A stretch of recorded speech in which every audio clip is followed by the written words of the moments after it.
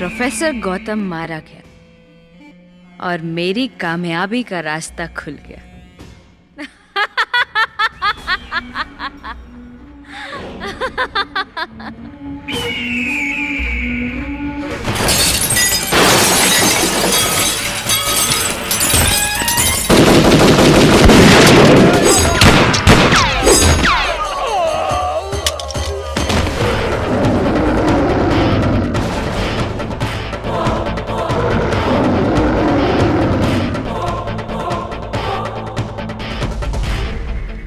तोरा जितना खेल खेले के रहे खेल लिया ली।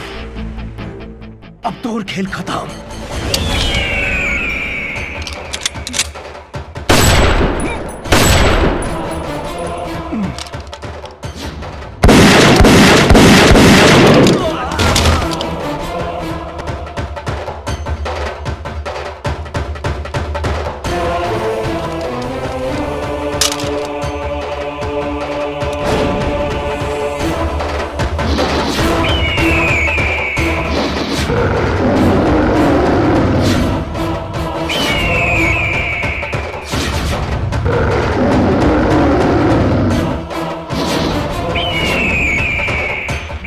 है मेरा नाम।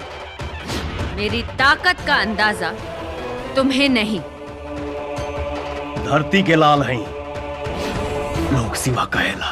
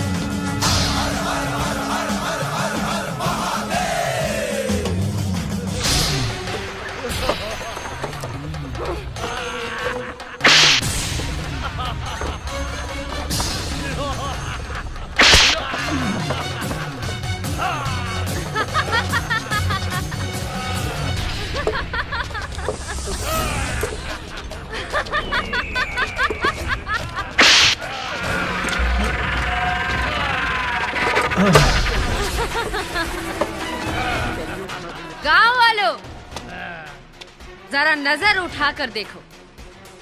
ये इसी गांव का शिवा है जो कभी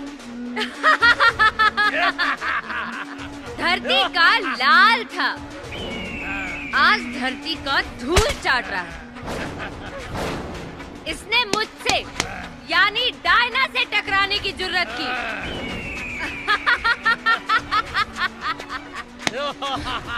और मैंने इसकी सारी हेकड़ी धूल में मिला दी।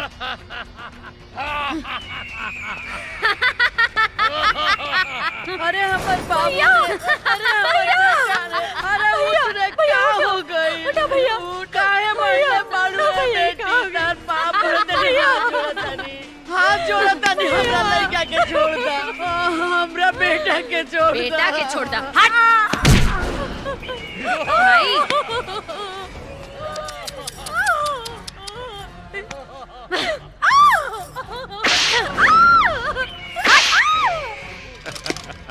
मैडम मुबारक हो, आपका मिशन कामयाब हो गया। वो खड़ा हूं इसी गांव में दबा है। मंदिर के पीछे खुदाई शुरू करवा दी है, जल्दी हाथ आने वाला है। शाबाश। मैडम हमारा इनाम चाहिए? हाँ,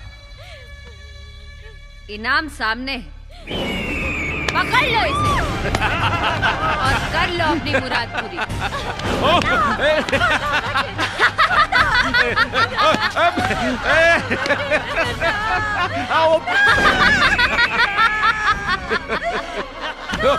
अरे कहाँ भागते जाओगी?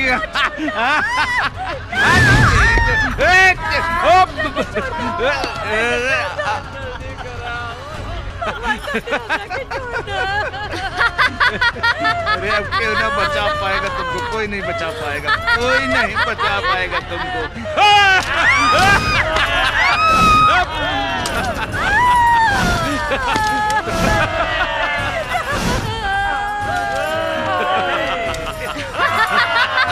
उठाओ उठाओ उठाओ।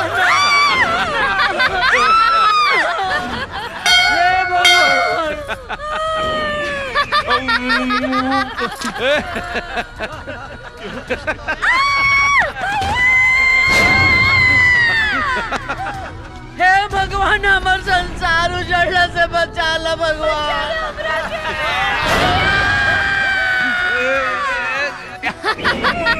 हमरा ऊपर दया करी भगवान।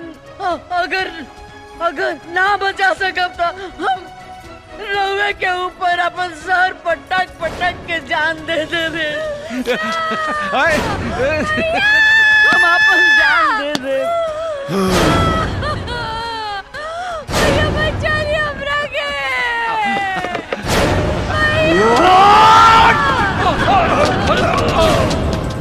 भैया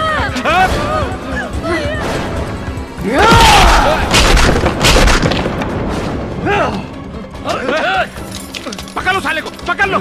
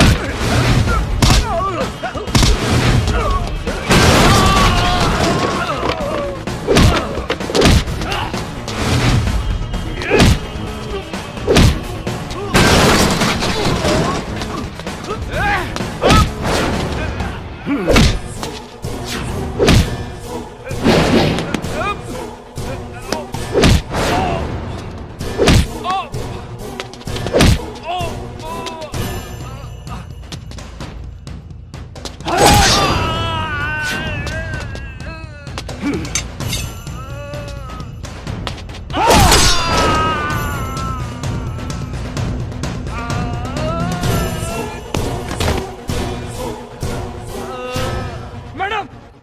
मैडम मैडम, ये लीजिए आपकी अमानत, इसमें खड़ा हूं है मैडम।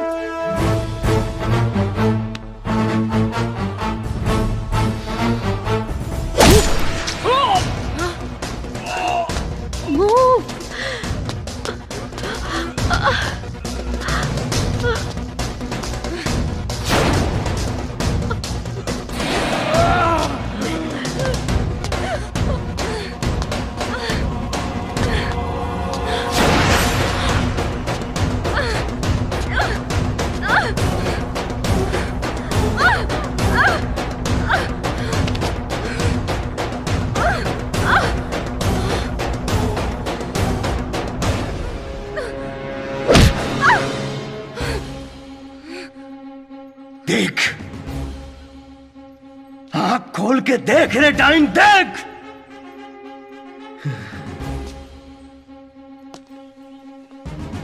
आज आज कितना लोग अनाथ हो गए, कितना बेटी बहन के मांग के सेनुर उजड़ गई। सब ता सब हमार बाप जिसन गुरु के भी हमसे छीन लिया ले। ये सारा दंगा फसाद के जड़ सिर्फ ते बाड़े, सिर्फ ते। मन तकारा था कि तोरा शरीर के चिथड़ा उड़ा दी, लेकिन ना रे। हमारा गांव के धरती के संस्कार में एगो मर्द कबो कोनो कुंवारी की हत्या ना कर सके, ना कर सके। हाँ, जो रे टाइम तो के हम माफ कहीं नहीं। जो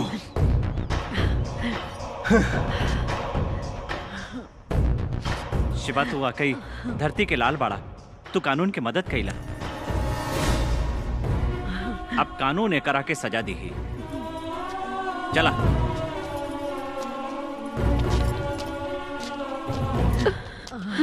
शिवा, हमरे पिताजी के सपना पूरा हो गए। अब ये दोनों खड़ाओ हमने के बोध गया मंदिर में सौंप दिहल जाई। बेटी, तो हर बाबूजी के सपना तब पूरा हो गए। अब हमार सपना कब पूरा हुई? का मतलब ई कि हमार बहू कब बनबुआ? पाए लगी माँ जी। खुश रहा।